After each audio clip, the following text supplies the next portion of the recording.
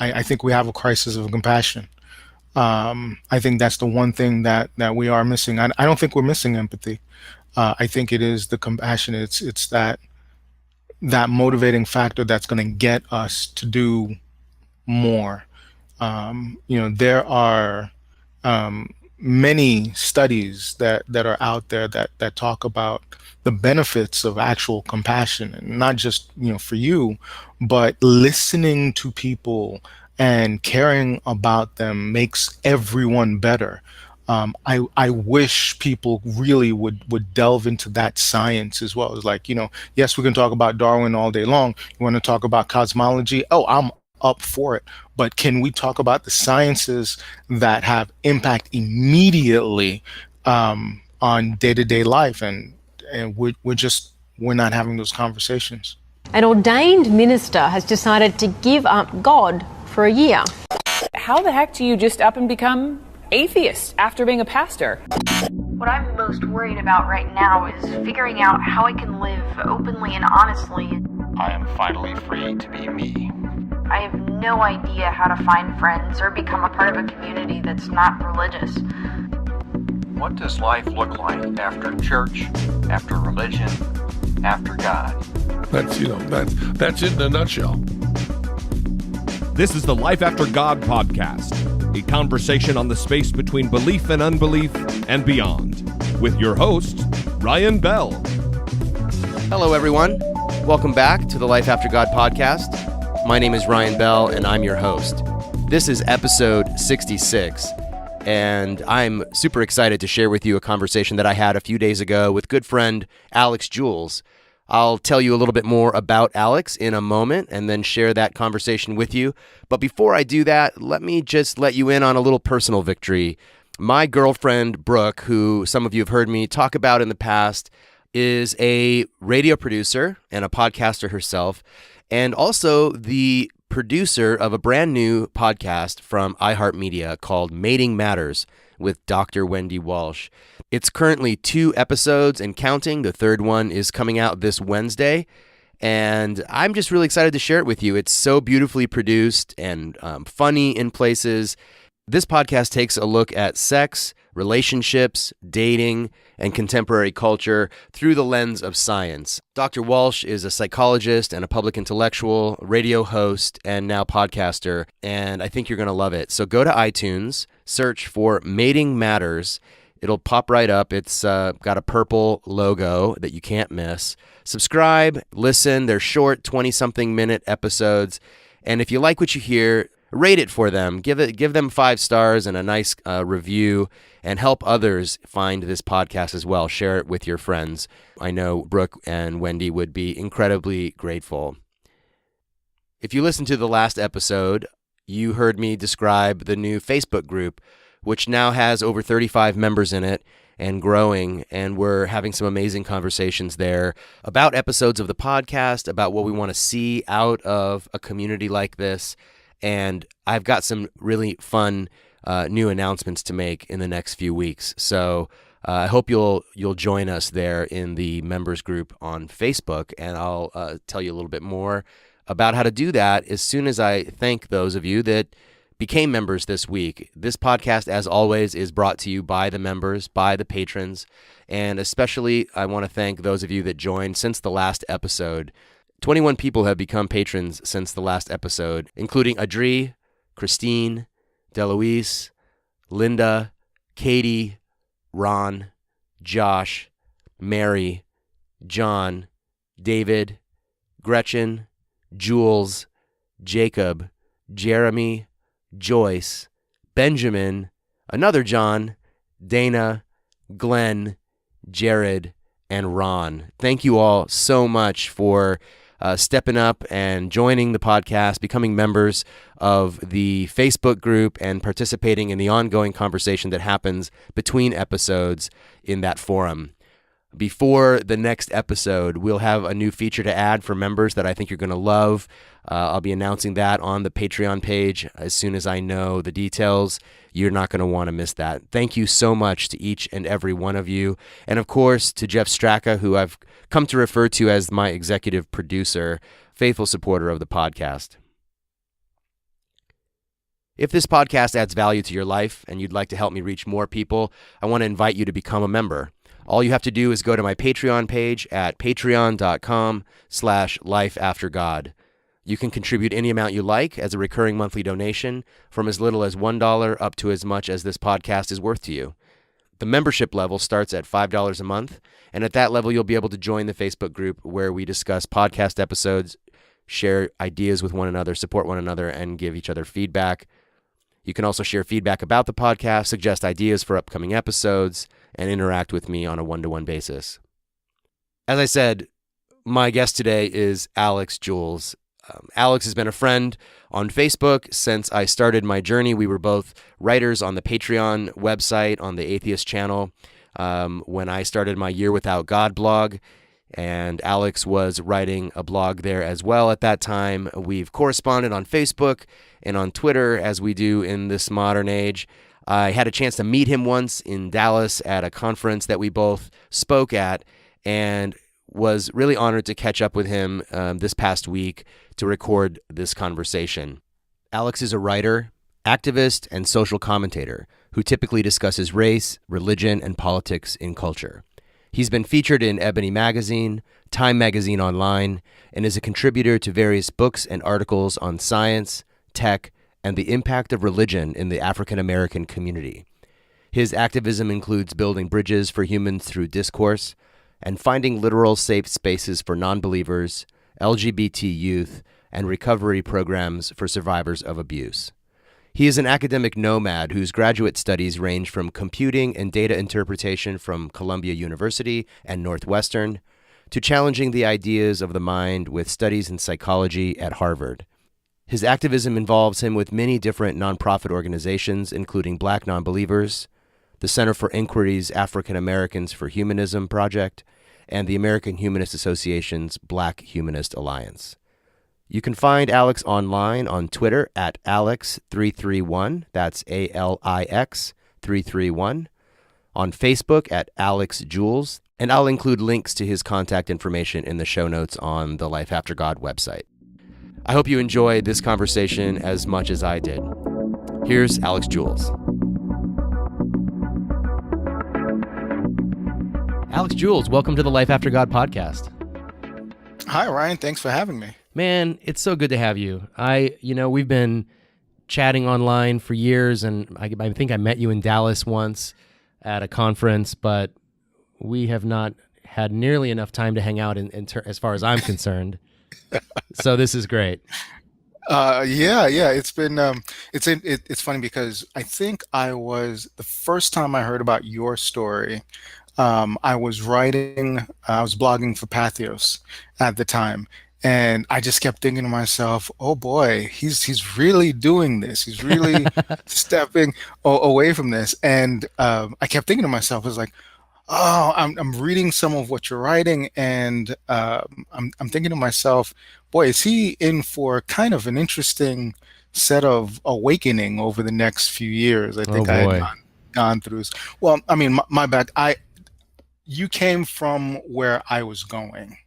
For me, I grew up in the church. I grew up in the Catholic Church specifically, actually. Oh, wow. And I had this, what I thought was a calling. And I can't remember how old I was when I first told my mother that I was going to be a priest. I think it was either 5 or 6. And up until puberty, 12, 13, 14, if you ask anybody, it's like, well, what is Alix going to do? Well, he wants to be a priest, and we're sure that that's what he's going to go do. Now, I came from an African Caribbean background, Haiti. I dealt with a lot of refugees in Brooklyn. I grew up in New York City, Brooklyn specifically, and I always, my grandmother was always taking me to church. I would joke around with people, tell them, hey, I was in church more than Muslims at some point. I was praying more than my Muslim friend. And it took a few years of, asking really hard questions before I really got to the point, really into my teen years, where it just wasn't good enough. I actually left the Catholic faith. delved into Islam because Oh, why wow. not? Oh yeah. Are you That still in Haiti at this point? No, I was here in the U.S. Okay, okay. Yeah, this was all it was all in the U.S. My mom left when I was really young, and decided that she was going to come over here and have a whole new life for us. And Mm-hmm. it's myself, my sister, my grandmother, my aunts, my cousins, everyone else was born here. Wow. Yeah, it was just. But I came from a very political family. And even now, when I take a look at what's going on in Haiti, I mean, the country's on fire again. They're demanding the president step down. And so my family being very, very political over the last 100 years or so in the country's history, my mother wanted to just leave and just walk away from all of that. And so she did. And so she came here. But, she really wanted to make sure that I had a better upbringing than what the public schools gave us. And of course, growing up in Brooklyn, seeing the mean streets of Brooklyn, mean streets of the ghetto, Yeah. she wanted to make sure that I was taken care of and I was going to be, a righteous person, a righteous man, a compassionate person, a compassionate individual that cared. And so, many of my afternoons growing up, I was in the church and I was out there feeding refugees, dealing with immigration issues with my mom. I think I was 6 or 7 years old when I had my first picket sign, not knowing what I was doing. My mom Wow. was either taking me down to the United Nations or an embassy somewhere to talk about, how we can actually help Haitian migrants, Haitian immigrants, and then it became African immigrants, et cetera. Anyone who was actually in need, how do we address what we now call immigration reform and policy? So I was always all about that. I also wanted to, wear the collar, be Superman, on during one part of the season, you're dealing with births and christenings, and you get to experience that joy. But the very realities of Brooklyn and New York in the 80s and 90s was we were dealing with the crack epidemic. We were dealing with a very different street mentality. It was much more violent. So I was also seeing death and poverty, etc. And I wanted to be there to be, because I lost friends, and I wanted to be one of the people that consoled the mothers that were grieving, etc. And for me, it was really it was an internal struggle walking away from that, and being in New York, I had opportunities to walk into the synagogues and have conversations with rabbis. I would talk to priests, archbishops, etc. I just had that ability. I mean, It's all right walk, there. it's all right there. And I got to the point where I was like, okay, nobody's got the answers. And some of the hard questions that I was asking, just beyond the basic doctrines, like, okay, well, if there really is God here, why am I seeing so much suffering today still? This can't be right. This can't be fair. This is not just. And then finding, it's like Judaism isn't it, Christianity isn't it for me. I threw myself in Islam. Just why not? Wow, There yeah. had to be an answer there.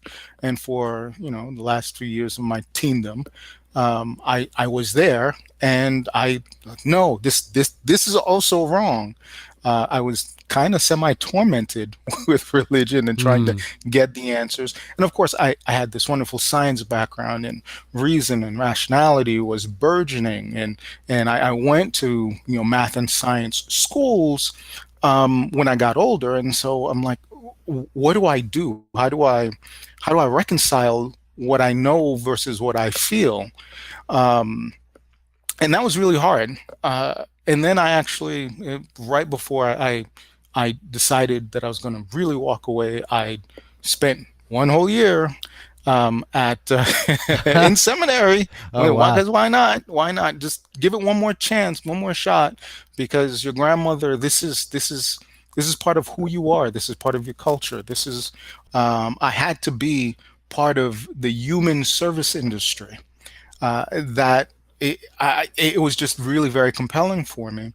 And when we really got into it, good counsels and how the Bible came to be, etc., that's when my crisis of faith really hit me, and I walked away from religion. I called myself agnostic at that point. Yeah. The word atheist, just that was not even anywhere near my vocabulary.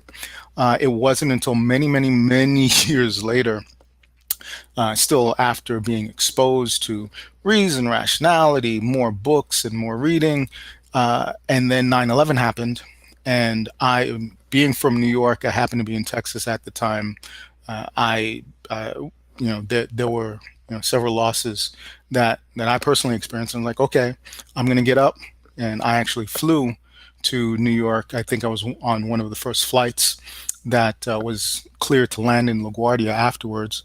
And I was there walking the streets, looking with people, consoling people. And one thing I realized is, one, I don't have to justify this, a God that's there that wasn't.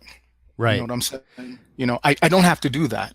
So that burden was gone. I don't have to answer that question. And so people in the streets, crying or praying, and there's like, I won't pray with you, but I will sit there or stand there and hold your hand, and I'll walk the streets as long as you want, and I'll comfort you. I'll cry with you, because we got people that we haven't been able to locate yet either. And so we're still all in the same boat. But there's this one line that I wouldn't cross, and that was, I'm not gonna pray with you. I'm gonna be with you. I will hold you, but and I think it was in that moment that it was really that day that I actually used the word atheist the first time.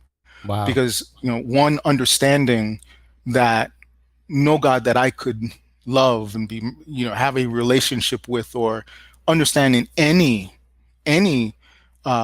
fashion would allow any of this, and we couldn't use and justify his or its being to do this, right? And having studied Islam, I was like, I understand where they were coming from. I don't get to where they were, but Right. I understand where they were coming from. And then on the other side, again, there's no way to justify this. And so that's where all religion and I just, I broke away completely. Yeah, 9/11 was a major breaking point for me as well. And I don't know if you've probably listeners to this podcast have heard me tell this repeatedly, so I won't bore people with it too much. But I was tracking about 12 years behind you. So whereas 9/11 was the end of the end for you, it was sort of the beginning of the end for me. I was still in an evangelical church as a pastor, and it was seeing the signage around town. Anybody that had a movable lettering sign, from the Kiwanis Club to churches to bars and restaurants, it changed to God Bless America. And it just seemed like competitive sports, that our God is versus your God, and God bless us, but God damn them.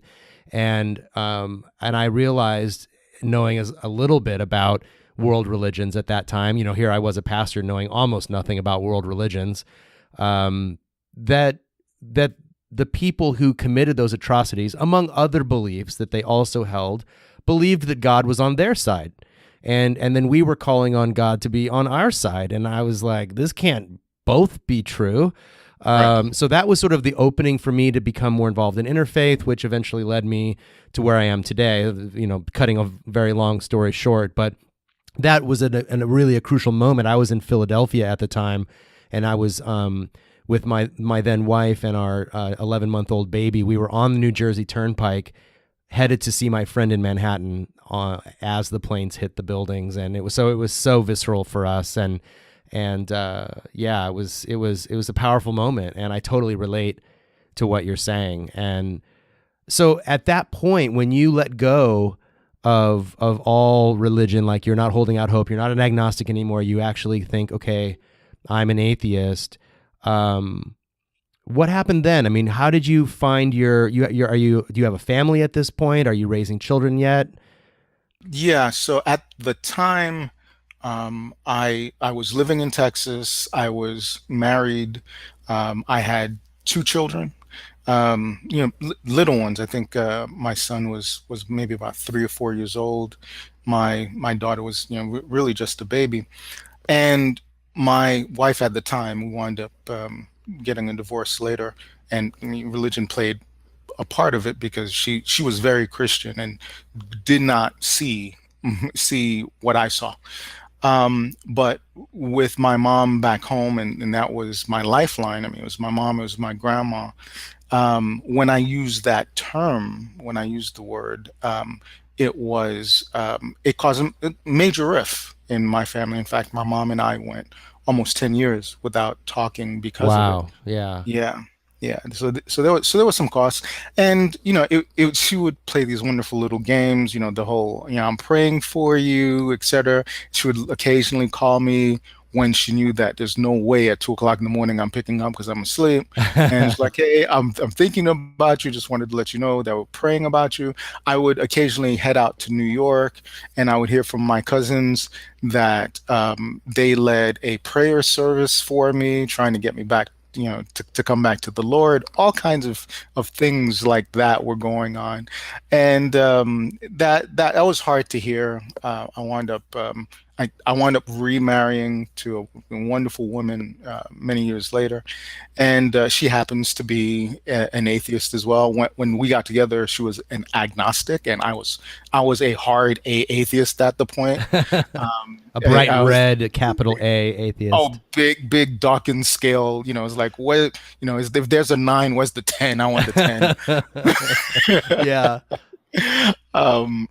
I had this massive level of certainty that came with what I was believing, because I was right. I knew I was right. And she was at the point where she was like, well, how do you know? I was like, yeah, okay, we could play that game for a little bit because I know where you are, because I've been there. Just give it time, right? It was great. We had wonderful conversations, and she would occasionally be really upset with me for taking such a hard stance or hard line with some of my agnostic or Christian friends on religions, because it was, hey, you just don't know this. You need to understand this, and there's all this knowledge that's behind my reasoning, and I completely dismissed the idea that, number one, I used to be there. I used to be the kid in high school with two Bibles in a science high school, two Bibles, ready to debate everyone. Right. Yeah. Right. Because I was right then too. I was 100% right then, and I was just as sure that I was right when I was having those debates. So, it actually cost me.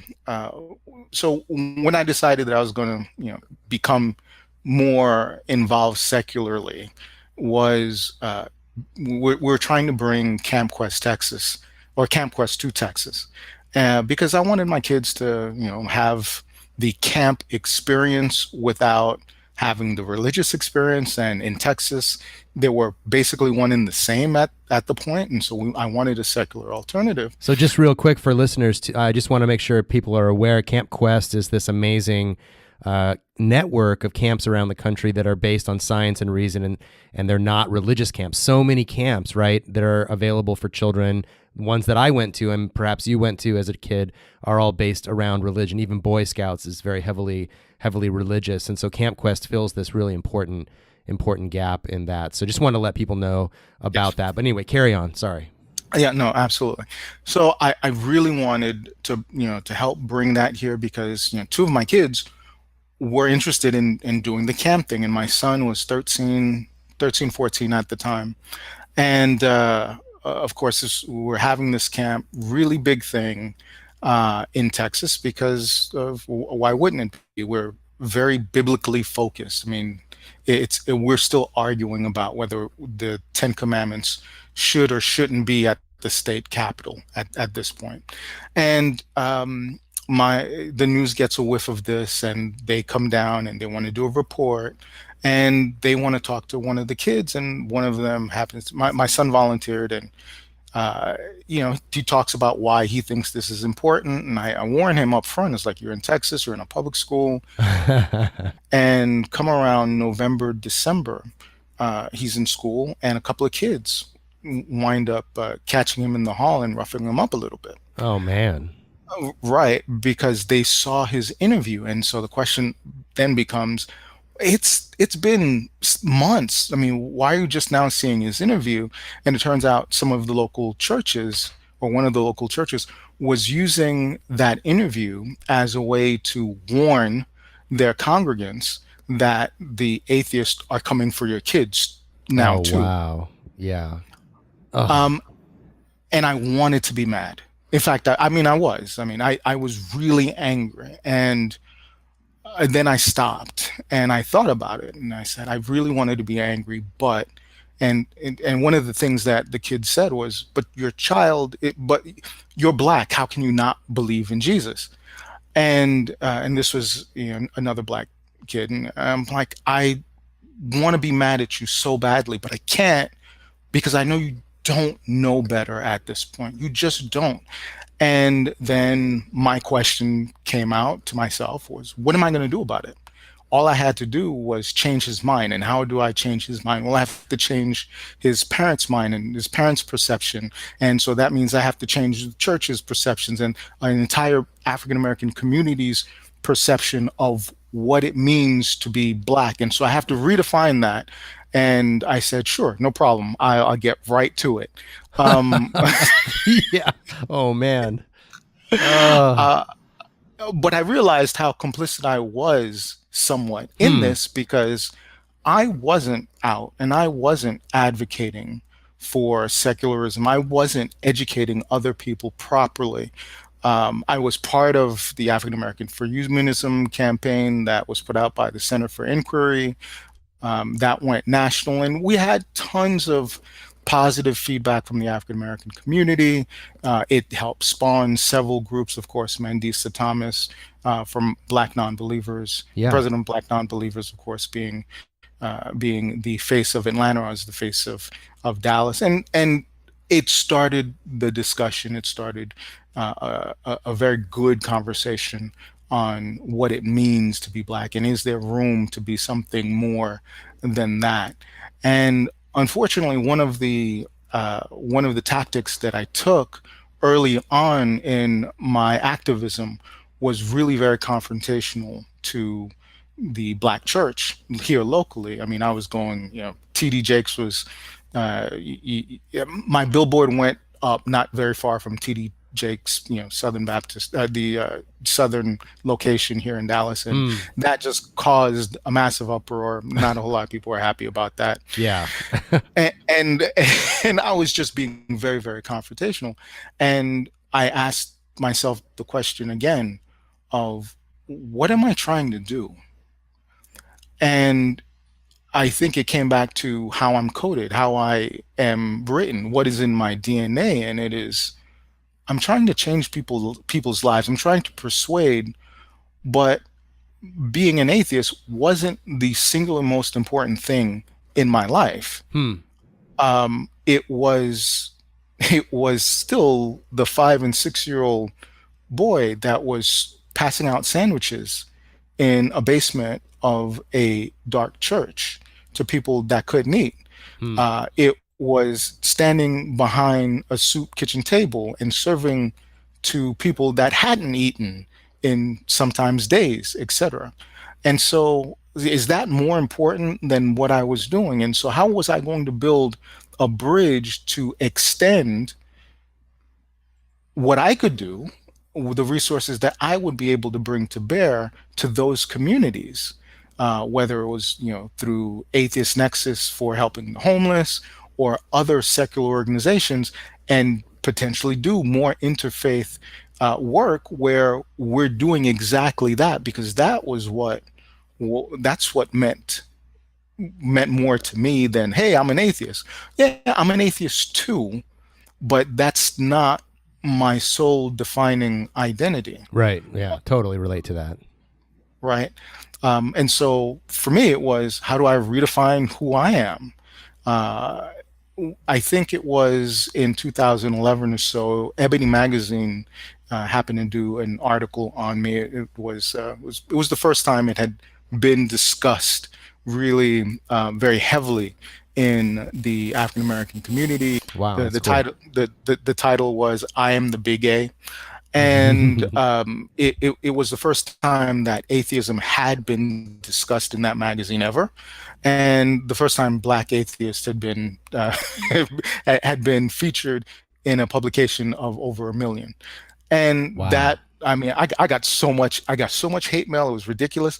But what I also got was this outpouring of other Black atheists who, again, were trying to define what their identities were.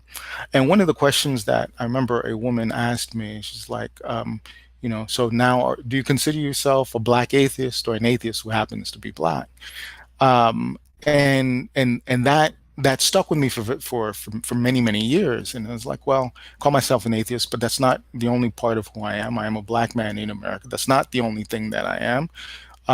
But I'm also a humanist, and I think over the years the H has gone from a very silent H to a very prominent H, and the A is still there. It's still very prominent, but not as prominent as being a humanist is, because I think for me personally that I've come to the point where I've got a good relationship with compassion again.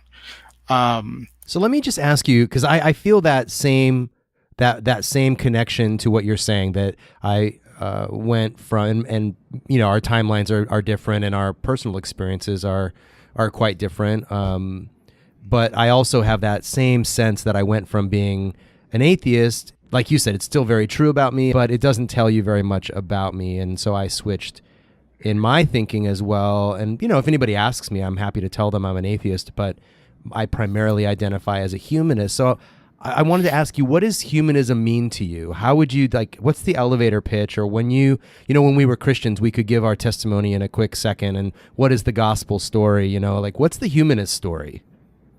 The quick elevator pitch for me, I don't think it's something that's really very sellable. I believe that being a humanist means caring for each other, and caring for each other. It really is it. I mean, you strip everything else away. It's caring for each other. And I know that there was a great definition of secular humanism that incorporates naturalism. And I was like, oh, that's wonderful. And you have all these wonderful conditions that are there too. But if I really am looking at someone who is on the ground and homeless and or poor, and I'm kneeling with them, the first thing that I'm asking them is, how are you?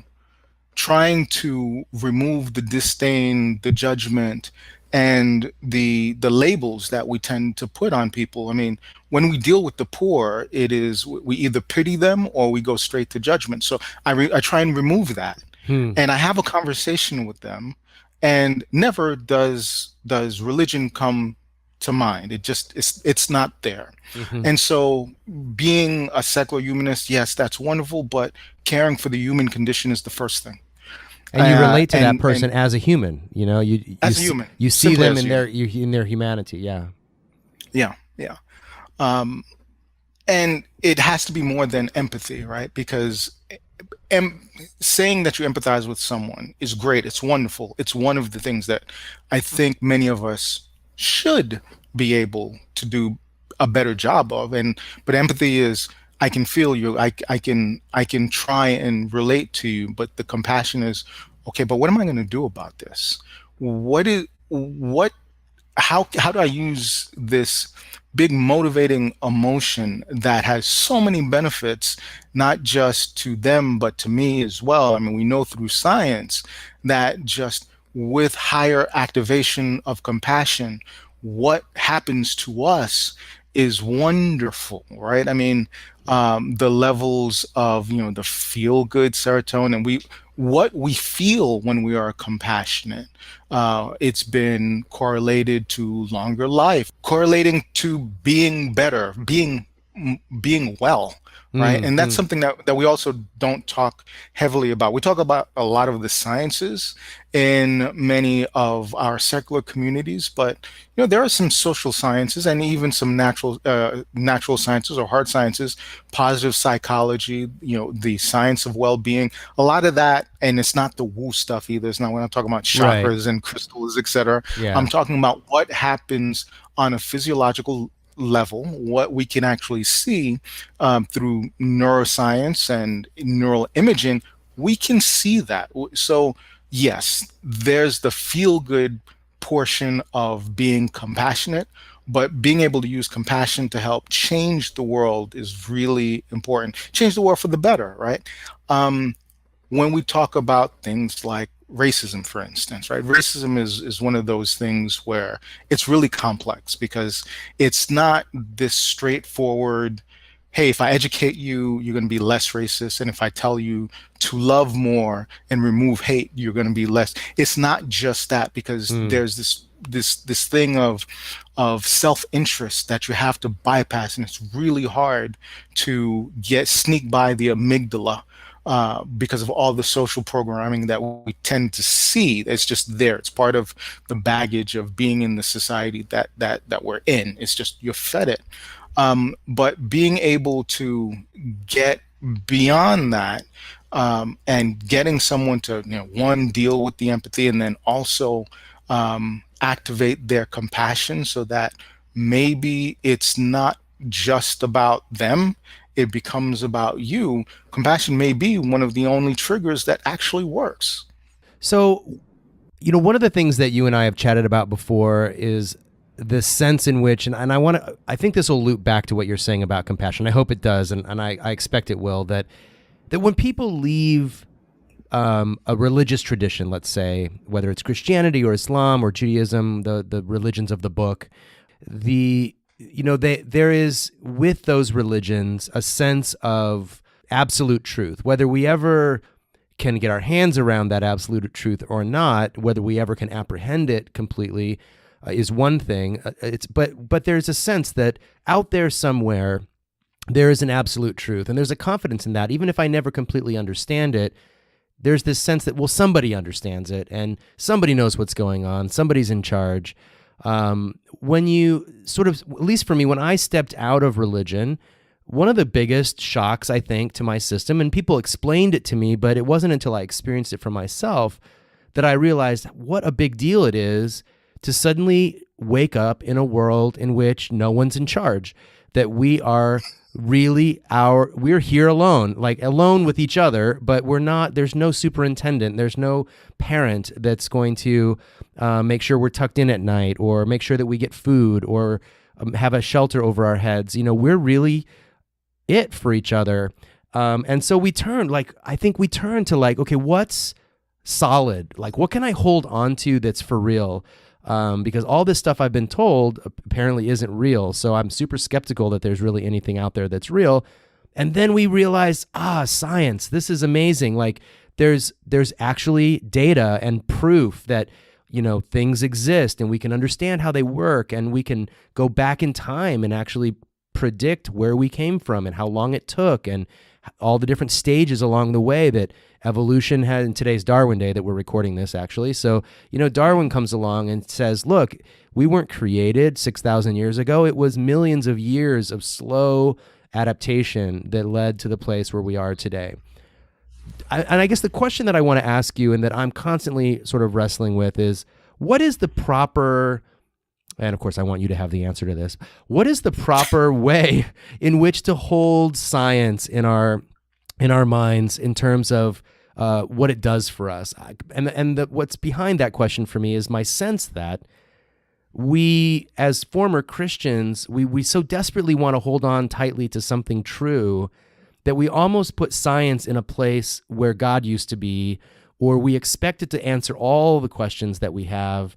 And it's like you said about racism, it's not quite that neat and tidy. There's still human beings that are doing science. And so it's not this view from nowhere, this kind of objective standpoint that we can have to project or to understand the truth about everything. At least that's my sort of frustration with sort of the celebration of science in the secular community, as wonderful as it is, and as much as I've enjoyed sort of delving in ways that I never was allowed to as a young person, all the riches of science, I'm still left with questions. Mm-hmm. Yeah. I would say keep holding on to it, but understand that it will always be an incomplete book. And that curiosity that drove you there should continue to feed you. In fact, when we start, I mean, because this is, I think what I felt when I ran to science, reason, and rationality was, okay, I've got it, and this is all. This is everything that I've got. This is everything that I need. And I realized later, it's like, but there's all this other stuff, right? Being right about one question isn't being right about everything, right? So, and even when I'm running to when I run to science for certain answers, it's like it hasn't even begun to address some of the questions that I still have out there, Right. you know? So just understand that if you're holding, you can only hold on to it with one hand, because you're still looking and feeling around as a person trying to cohere what it is that is your reality, who you are. I don't think we really ever stop doing that. And I think it's one of the same freedom that I felt. It was also a scary bit of freedom. It's like, okay, there's no one driving. We're all in this together, but no one's driving. It's like, oh, okay, cool. And then it was like, oh, wait. But that means that I'm accountable for me, and he's accountable for them. And if they did something really bad, they may, and got away with it, they may never see any justice, and you've got to be able to accept that. It's like, those are really tough elements to just like, okay, I accept that. And we were talking about compassion the other day online, and you made this comment about the irrationality of compassion. And because I love this picture of this world that you're painting, you know, this idea that humanism means we care for each other, in part because no one else is going to do it for us, right? And so we see someone that's hurting, our humanity connects with their humanity, we look at them in the eyes, and we have this connection. This person's a human just like me, and I want to do everything I can to make their life as enjoyable and as pleasant as mine is, or maybe even more enjoyable. But not everyone has that, right? Like, not everyone feels that. Sometimes people are like, well, I got mine, and so too bad for you. And if you just tried a little harder, maybe you'd get what you need, or maybe you're just lazy, or this kind of non-compassionate response. I mean, that's out there too, right? And people with rational minds come to those conclusions as well. And so it's not inevitable that people will be these compassionate humanists.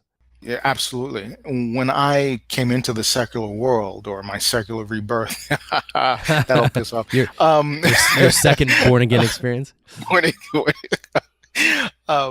was like, oh wow, there's this big, massive atheist community out there. It's like, it's huge, and it really is huge. And then I said, okay, but how many of them are humanist? I was like, oh wait, that's a very different number. That's a very different number. Right, and the correlation isn't really predictable. No, of course not. No, absolutely, because they're still human, right? And right, yeah. So to say that atheism is magic is a fallacy. Just like to say Christianity is going to inoculate you to anything, atheism doesn't necessarily inoculate you from being, anti-feminism, or just being a really bad person. None of that. There's no real corollary there.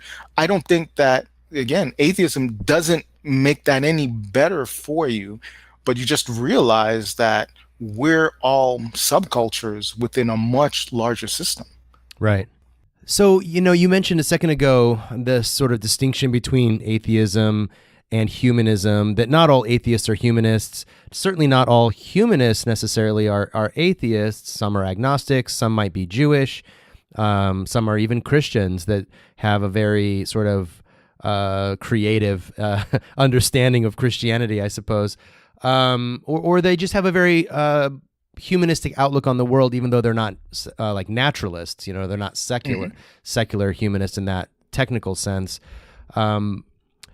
We're facing right now what I would almost call like an anti-humanist movement within some sectors of the online atheist world. And again, I'm probably parsing that down so small that some people listening to this might not even know what I'm talking about. But there are, in the wake of, it seems to me, in the wake of Donald Trump's election, an emergence of conversation that is sort of anti-social justice, as you said, anti-feminist, anti-racism, even, Black intellectuals who are saying that anti-racism is like a religion.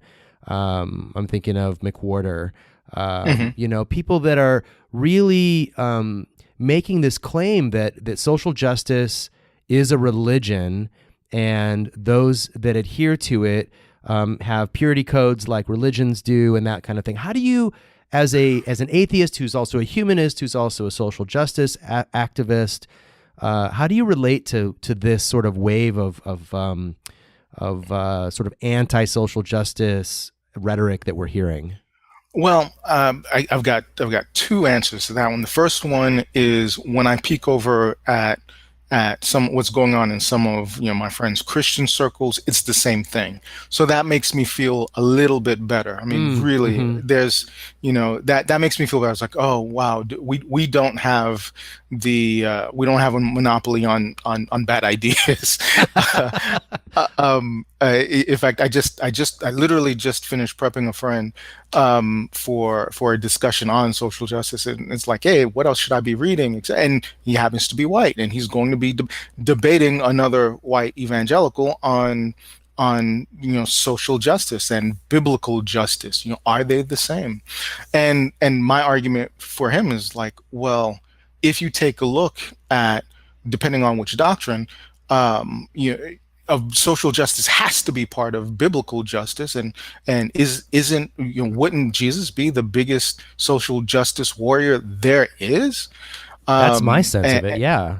Right. I mean, right. He should be, but yet the evangelicals are, so many evangelicals are pro build the wall and very selfish, right? It's their anti-selfishness. And so there's that.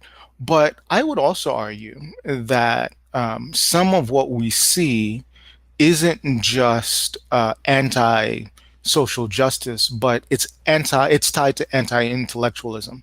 And it's this faux intellectualism, because there is scholarship associated with social justice. There is history, there is context that we often ignore in these conversations, right? And I'm not just talking about in sociological circles. I'm talking about economic circles as well. We're just not having that conversation. And so there's this very ugly caricature of what social justice is.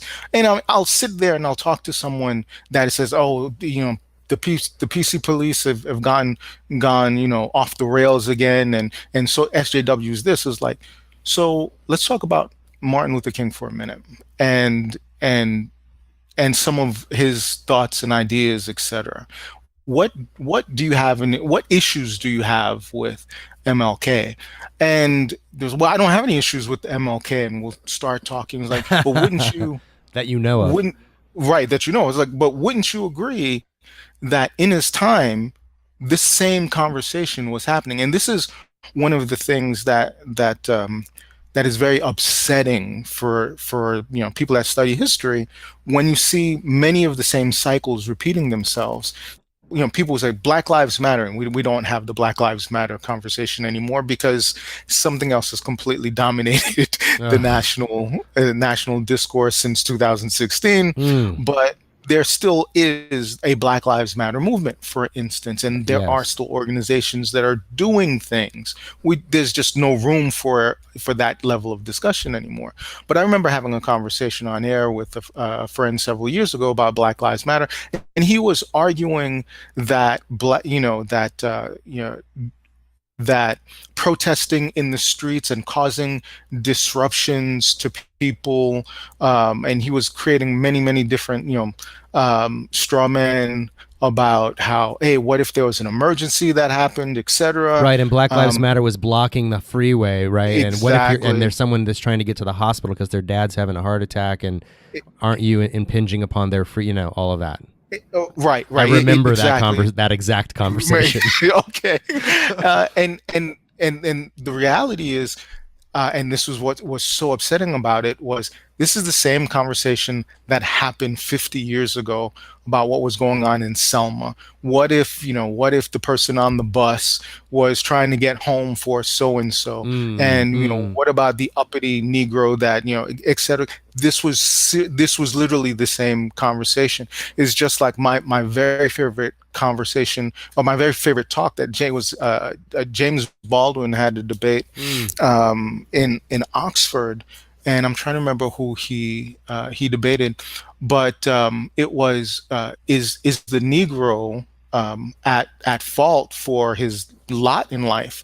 And I sat and I watched it, and this was years ago, and I said, word for word, this exact argument is being repeated over and over again here now today. Right. Even with the statistics that I can put out there, even with the context and social commentary, even with the massive studies and all the science that goes behind it. When we talk about the traumas that actually happened in minority communities and what their effects have been on child development and learning, etc., the conversation shifts to the bell curve, and that conversation immediately becomes, well, maybe that population just isn't smart. And it's like, wait a minute, can we talk about lead poisoning? Can we talk about what has led to this first before we discount this population as just being dumber because of racial profiling, and they just don't fit? I just keep thinking every time that comes up about the way that we fund public education through property taxes, and the way that we don't give equal access to quality education to people. It's just not. There's just not Right. equal access to education. So these and again, this comes back to what I was asking you about before about science and rationality. Like, you can torture any set of data to give you the statistics that you want, and you survey a group of people and you find out, oh, some score better on a particular exam than others do. Therefore, one group must be smarter than the other group, without taking context into consideration at all. And then, someone brilliant like Kimberly Crenshaw comes along and says, well, it's not just isolated characteristics about people. Some people have overlapping qualities in their lives that make their lives difficult and unjust in overlapping and compounding ways. This is called intersectionality, and we should talk about it. We should think about it. And then you get, a panel of white men and a white woman talking about, or a panel of white people talking about how intersectionality is like religion. Right. And there's no black people to be found anywhere in that conversation, let alone the people who coined the expression or who are experts in that field. And I'm sorry, it just seems to me like defensiveness and status quo mongering. But who am I? So affirmative action is a great example, right? Because I'm either accused of, and this is, if you're a black person and you're relatively successful, typically it's because of affirmative action, right? It's just one of those things that I've just come to accept. It is never my hard work, etc. It is, I got my promotion because of affirmative action. And the reality really never ever matters. And they've been trying to dismantle affirmative action since it was instituted. We're talking about the first real attack, right? So it is 2019 now. I would argue that yes, we still deal with discrimination we definitely deal with it in tech and tech in the technology sector. Every year we get a diversity report that is rationalized based on what we see coming out of the schools and what we should be seeing as hiring practices at Google, Apple, the big tech firms, and we see the disparity. South by Southwest has a diversity panel that actually talks about this every year. It's the big festival, but Yeah. one day out of that festival, there is a diversity discussion, and it's usually diversity in technology, and we see wonderful, beautiful advancements on small companies that are working on tech to blind either names or markers that show what a name might be or what a race might be, so that we can eliminate some of the potential biases that may be there when a hiring manager or an HR personnel is looking at the names in the resumes. It's like, I don't know who this is, I don't know what they are, and here they seem qualified, go ahead and do it. And by the way, some of the AI technology that we use for that is because of the way we code it. Since we're also human, they tend to pick up some of our biases, by the way. So we need, yeah. They're So learning from someone, right? Yeah. exactly. They are learning, they're picking up our bad behavior. So that's not the answer, but being able to strip the information and say, here, you don't know anything about the individual except their accomplishments, their resume, etc. So that's great. But when we take a look at the tech sector as a whole, it is lagging. It is terrible when it comes to inclusion and diversity. Even when they wind up hiring quote unquote diversity executives, they're usually not well trained for it, or they're not funded enough, or they're still, it's a brand new position and the corporate culture doesn't support it, etc. But when you look at it, it's like, wait, this is seriously lagging. When you go back to, again, 1979, the same arguments that were being made in 1979 are being made today, almost verbatim, where they're saying that even with the diversity gap in tech, that African Americans and other minorities are being singled out and promoted based on their race, not on merit. This is the same argument, literally the same argument that was 1979, and it was a serious case where it was a white man who was arguing that a black man got a promotion, and it made it all the way to the Supreme Court. Right. Yeah. It's the same thing that we saw with not Rachel Dolezal, but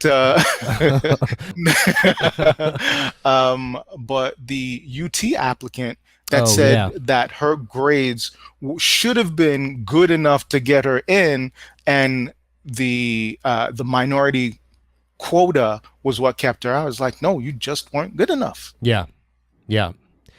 Well, we're coming down to the end of our time, and there's just one more thing I wanted to tack on the end of this, and we, as you've mentioned, and I think I've mentioned it already too, we are in this very special, shall we say, time in our history. 2019, we're halfway through a Trump presidency, or first term at least, and politics is front and center in all of our lives, more than it's probably been for a lot of people in the past.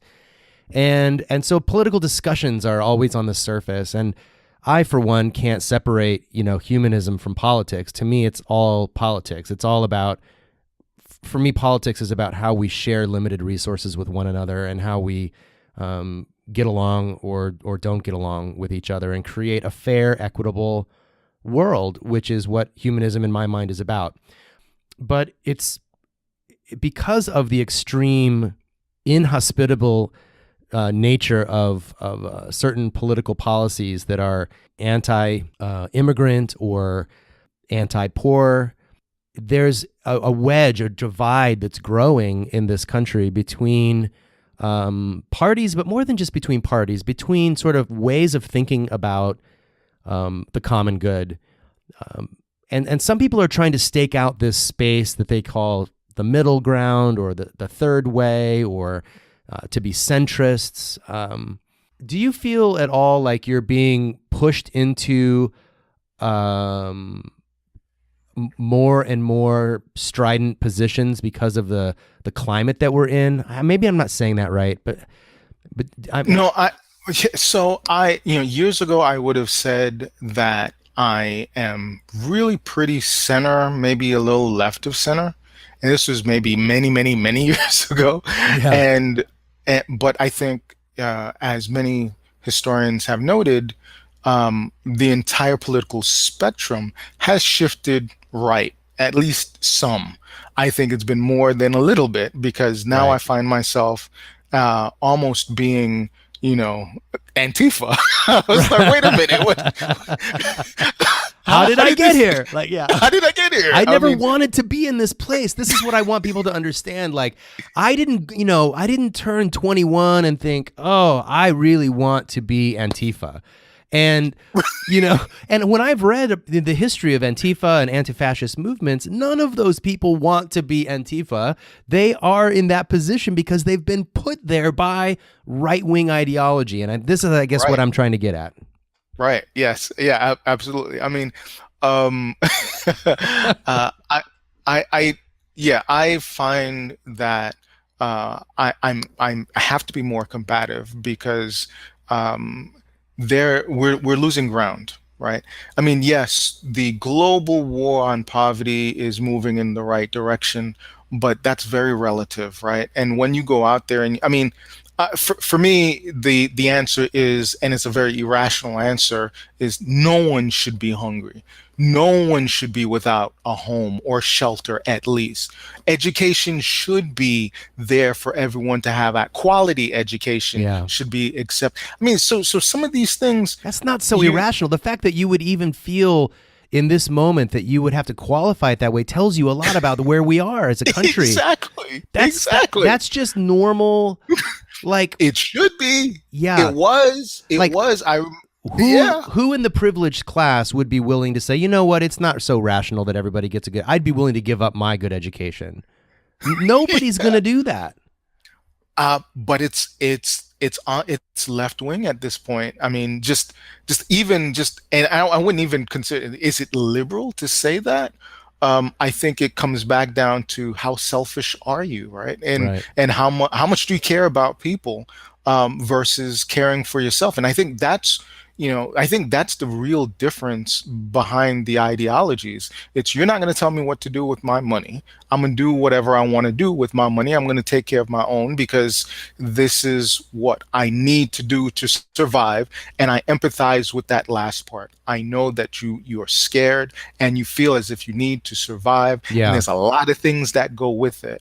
But I think I still have this chunk of humanism. I don't believe that it is, perhaps it is a remnant of my Christian upbringing. I believe that it's not. I think it is just simply something that I was just wired to do, to be in the service of my fellow man. It's just something that I've got to do. It's something I need to do.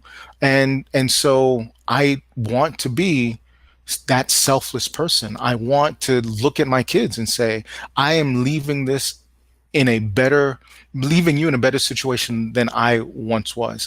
And I want not just that for you, but for your friends. And yes, that might be irrational, because, hey, you're competing against them. And yeah, that's all fine and dandy. However, we're all in this together, are we not? Well, thank you, Alix. I really appreciate you taking the time. Oh, my pleasure. I enjoyed it.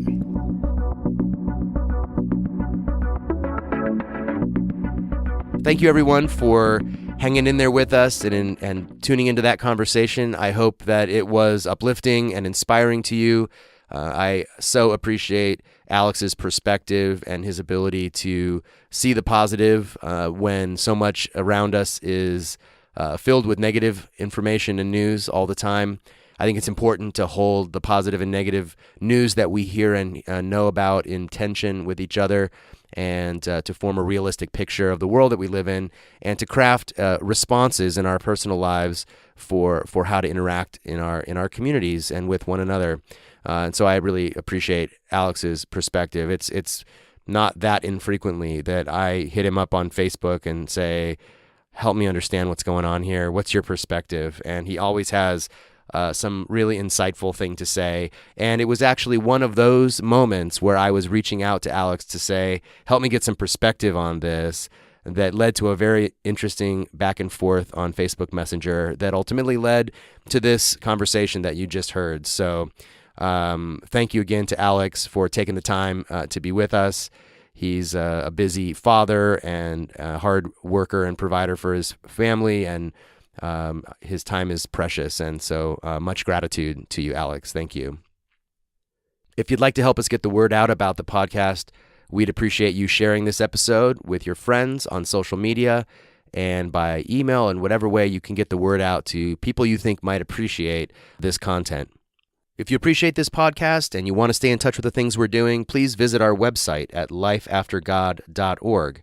Once you're there, you'll be invited to sign up for our newsletter that comes out about once a month. You'll also see links to all of our social media where you can subscribe and stay in touch more frequently with the work that we're doing on Facebook and Twitter and Instagram. If you want to help us produce this podcast and make it available to more people, please join us on patreon.com/lifeaftergod. There you can make a recurring monthly donation of any size from $1 to whatever you feel this podcast is worth to you. At the $5 a month level, you'll be invited to join the Facebook group where members of the podcast discuss these episodes and support one another in community. We'll hope to see you online. As always, thank you to our executive producer, Jeff Straka. Thanks again to Alix Jules for taking his time.